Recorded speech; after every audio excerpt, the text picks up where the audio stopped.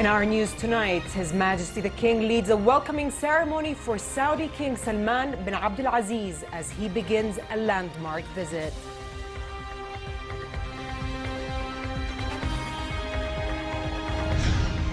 Jordan and Saudi Arabia hold talks on enhancing relations in transport, investment, and other fields.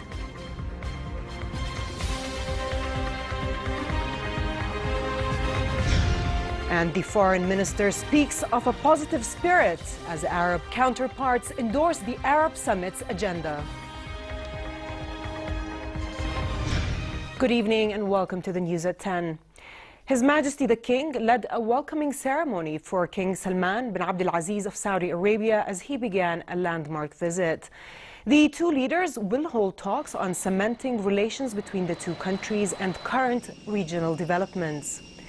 The Saudi monarch was accorded full honors after his plane touched down at Marka military airport. King Salman's plane was escorted by a squadron of Royal Air Force fighter jets as it entered the Jordanian airspace. A guard of honor greeted the two leaders and a military brass band played the national anthems of the two countries as an artillery unit fired a 21-gun salute. A number of royal family members and top-ranking officials were on hand to welcome King Salman, including their Royal Highnesses Prince Faisal, Prince Ali, Prince Hamza, Prince Hashim, and Prince Rashid. Also present to greet the Saudi leader were the Prime Minister, Parliament speakers, the Royal Court Chief, the King's advisors, ambassadors of Gulf Arab states, and other senior civic and military officials. Thousands lined the streets of Amman to cheer King Salman as his convoy drove through the streets of the capital. Tents were erected along the route of the convoy, which was bedecked with the two countries' flags and placards welcoming the country's grand guest. King Salman is accompanied by a high-ranking delegation comprising a number of princes and the ministers of health, trade and investment, foreign affairs and transport, as well as leading businessmen.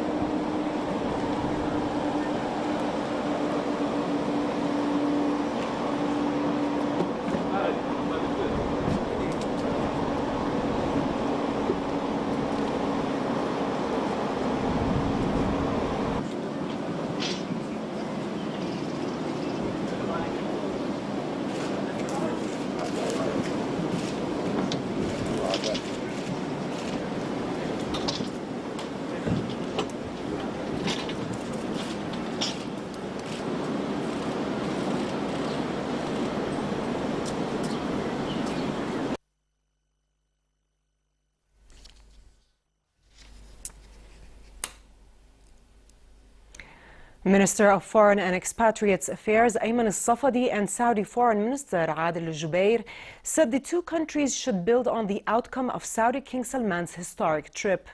Speaking on the sidelines of an Arab foreign ministers meeting to prepare for the Arab Summit, they said the historic ties are being further deepened in various fields with the support of their leaders.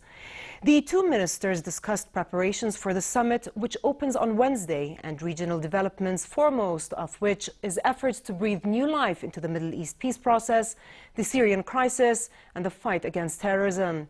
Safadi and Jubair said Arab countries should enhance joint action and forge closer coordination to deal with the challenges and serve common interests and pan-Arab issues. Separately, Transport Minister Hussein Saoub and his Saudi counterpart Sleiman al-Hamdan discussed a Saudi decision to raise visa fees for Jordanian truckers transporting farm produce to Saudi Arabia and other Gulf Arab states. Also today, the joint Jordanian-Saudi Business Council opened its first meeting, attended by a large delegation of Saudi businessmen representing various commercial and industrial sectors. They discussed removing trade barriers and holding economic activities, including an annual Jordanian-Saudi Investment Forum. Arab foreign ministers meeting at the Dead Sea shores endorsed the agenda of the Arab Summit, which opens on Wednesday. The ministers discussed political, security and economic issues and agreed on the need to boost joint Arab cooperation to address regional challenges, top of which are the Palestinian issue and the Syrian crisis. Minister of Foreign and Expatriate Affairs Ayman al-Safadi spoke of a positive spirit and a will on the part of the Arab leaders to usher in a new era of Arab coordination.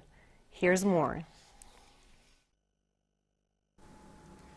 As Jordan puts the final touches to host Arab leaders for their annual summit, their foreign ministers gathered to discuss key challenges posed to the region. In his remarks, Arab League Secretary General Ahmed Abul Ghait said countries hosting Syrian refugees, mainly Jordan and Lebanon, should acquire due support. The war and bloodshed in Syria should come to an end and a political solution be reached to preserve the country's unity and achieve the aspirations of its people. We must not leave the dangerous Syrian conflicts for international and regional parties to run as they see fit and control its developments according to their own interests. I believe that Arab, represented by the Arab League, must find a way to intervene and stop the bloodshed in Syria, end the war and find a solution to the conflict on the basis of Geneva I and UN Resolution 2245. Point is, we all realize the ministers are also unanimous on the importance of solving the Palestinian conflict on the basis of the two-state solution and to establish an independent Palestinian state with East Jerusalem as its capital, as well as fighting the threat of terrorism. There are numerous challenges facing all of us: challenge of terror, challenge of continued occupation, crises in Syria, in Libya, in Yemen, and that all of it led to an erosion in the level of trust that people have in the regional Arab order, in the Arab League, which is the major Arab regional institution, or the historic Arab organization that offers a forum for collective Arab work. So there is a realization of that difficulty, and I think hence is the unprecedented gathering of Arab leaders in the last few years in terms of the level of representation and the number of Arab leaders represented here. The point is, we all realize how difficult the situation is, and we all recognize that the only way to address challenges and create opportunities and fulfill our people's right to a region of peace and region of achievement and region of opportunity is to work collectively on addressing the challenges. Mauritanian Foreign Minister Aslak Wuld Ahmed Izidbeh, who handed over the summit's presidency to Foreign Minister Safadi, said more efforts are needed to enhance joint Arab action, put an end to inter-Arab rifts, as well as foreign interference in the internal affairs of Arab countries. The Mauritanian minister said his country is coordinating with concerned Arab parties in line with the Nouakchott summit to promote inter-Arab ties and address challenges, mainly with regard to the Palestinian issue and pan-Arab security. In a closed session, the foreign ministers continued their discussions over the final communiqué and resolutions raised on the agenda, which also includes other regional conflicts. Nancy Khair for the News at 10. The foreign minister held a series of meetings with his counterparts from Palestine, Egypt and Iraq. He and Palestinian Foreign Minister Riyad al-Malki talked about efforts to kickstart the peace process with Israel. Safadi said the Palestinian issue is a top agenda item at the Arab Summit on Wednesday. Safadi and Egyptian Foreign Minister Sameh Shukri discussed a wide range of issues on the summit's agenda and enhancing joint Arab action. Foreign Minister Safadi and his Iraqi counterpart Ibrahim Jafari talked about Jordanian-Iraqi economic and commercial ties, as well as developments in Iraq. Safadi said Jordan supports political reconciliation in Iraq. Jordan and Oman signed an agreement for reciprocal visa exemptions for holders of diplomatic passports from either country. Foreign Minister Safadi and his Omani counterpart Yusuf bin Alawi bin Abdullah signed the agreement as they discussed prospects for cementing bilateral ties. The ministers also spoke of the need to enhance joint Arab action and step up coordination to face common challenges. Safadi told reporters that Jordan and Oman maintained close ties and continually seek to expand cooperation. He also pointed to a common will at this week's Arab Summit to come up with a new vision of coordination on major regional issues. Prime Minister Hani al-Mulki met NATO Supreme Allied Commander Transformation Lieutenant General Dennis Mercier and an accompanying delegation. They discussed areas of cooperation within the Jordan-NATO Partnership Program, including training, the exchange of expertise, and building defense capabilities. The latest developments in the Middle East and NATO's efforts to boost regional security and stability were also discussed. Palestinian President Mahmoud Abbas met with EU leaders in Brussels over negotiating possible future peace agreements with Israel. The Palestinian leader held a news conference with EU High Representative for Foreign Affairs Federica Mogherini, whom he's expected to meet again at the Arab League Summit here in Jordan. Abbas also met European Council President Donald Tusk, European Commission President Jean-Claude Juncker, and European Parliament President Antonio Tajani.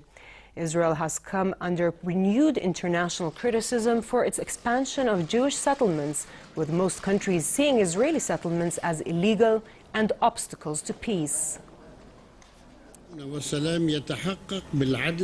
Peace and stability can only be reached with relations of good neighbors, and this is precisely what we are ready to do, to be good neighbors.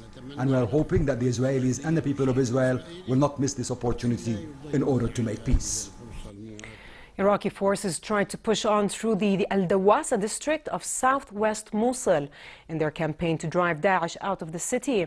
The terrorists used car bombs, snipers, and mortar fire to counter the offensive, often taking up positions on civilians' homes. The Iraqi Observatory for Human Rights Monitoring Group has cited reports that nearly 700 civilians have been killed by government and coalition airstrikes or Daesh attacks. Here's more. Iraqi forces launched new assaults in Mosul's old city after more than 2 weeks of only small advances and a high civilian death toll that appeared to prompt a change in tactics. Helicopters were seen bombing Daesh targets. Police snipers perched in bombed apartments overlooking West Mosul have advanced to within a few hundred meters of a mosque controlled by the militants. The battle around the old city had slowed, prompting Iraqi forces and coalition allies to rethink how to push through tight, densely populated streets where fleeing residents say they are used by militants as human shields. Residents escaping besieged western Mosul said Iraqi and US-led coalition airstrikes demolished buildings and killed civilians. This Mosul resident says the houses fell on them and they fled without their belongings. If there were many people, they would have been caught while fleeing, he says. In Daesh-held areas, residents describe well-prepared terrorists who stayed behind. They force residents to leave their homes, breaking down walls to make tunnels. They make families retreat with them or herd them into buildings from which fighters fire on troops. Even in retreat, militants are still dangerous. 2 suicide bombers in an armored bulldozer plowed through military barricades, detonating the huge explosive-laden vehicle to destroy Humvees and tanks at one post. But the US-led coalition says it has degraded Daesh weaponry, jamming small drones they use to drop munitions, catering roads where commanders suspect suicide bombers will speed into army positions, and targeting motor crews. In recent battles around the old city, troops describe narrow alleys are often cleared by grenades. Streets are blocked by earth barricades manned by tank crews and troops with shoulder-fired rockets to stop suicide attackers. That kind of terrain and the risk of more civilian casualties prompted a rethink of tactics as Iraqi forces pushed to finish the Mosul campaign. Federal police and Iraqi army sources say initial plans are for the military to seal off the old city and evacuate civilians to allow US-trained special forces to take a larger role in carrying out incursions inside. Late Shankiti for the news at 10. Hundreds of rebels left their last stronghold in the Syrian city of Homs. The evacuation is expected to be among the largest of its kind under a Russian-backed deal with the government.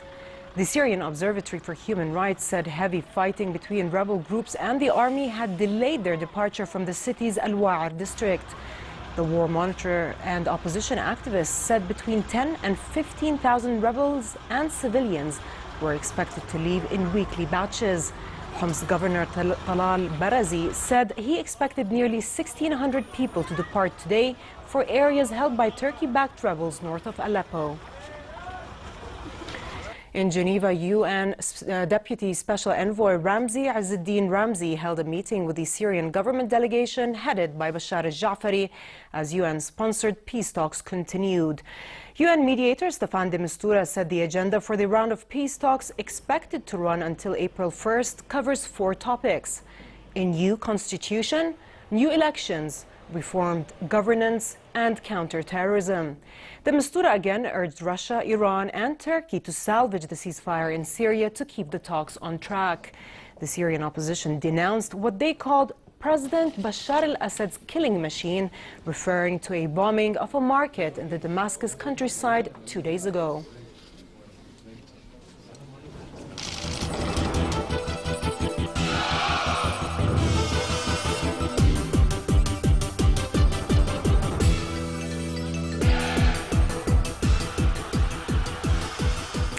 Rafa Nadal celebrated his 1,000th tour-level match with a come-from-behind victory over German veteran Philippe Kohlschreiber to reach the 4th round of the Miami Open yesterday.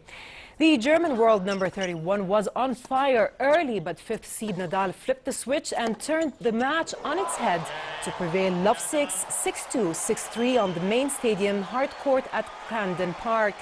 The result meant the 30-year-old Spaniard clinched his 822nd career victory.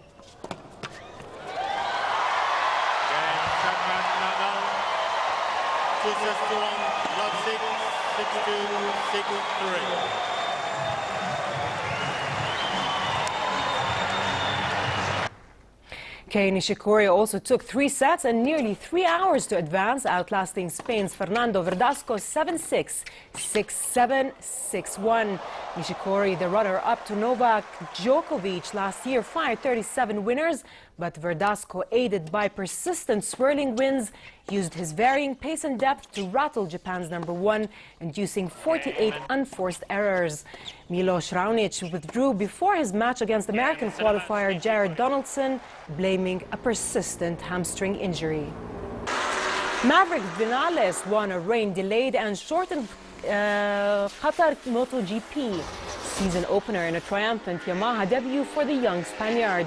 Italian Andrea Dovizioso was second for Ducati, with compatriot Valentino Rossi in 3rd place for Yamaha. Honda's reigning world champion Marc Marquez finished 4th.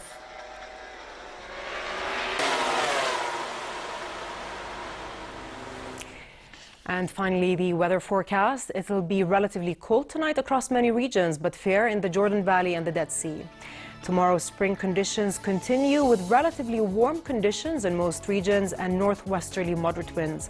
The Gulf of Aqaba should expect a warm day tomorrow with northerly winds and calm seas. Next are the lows and highs for tonight and tomorrow.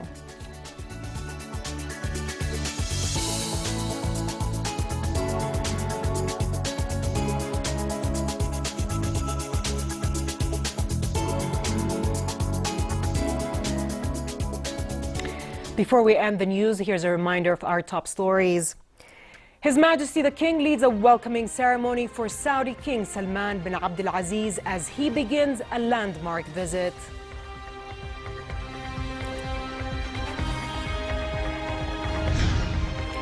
Jordan and Saudi Arabia hold talks on enhancing relations in transport, investment, and other fields.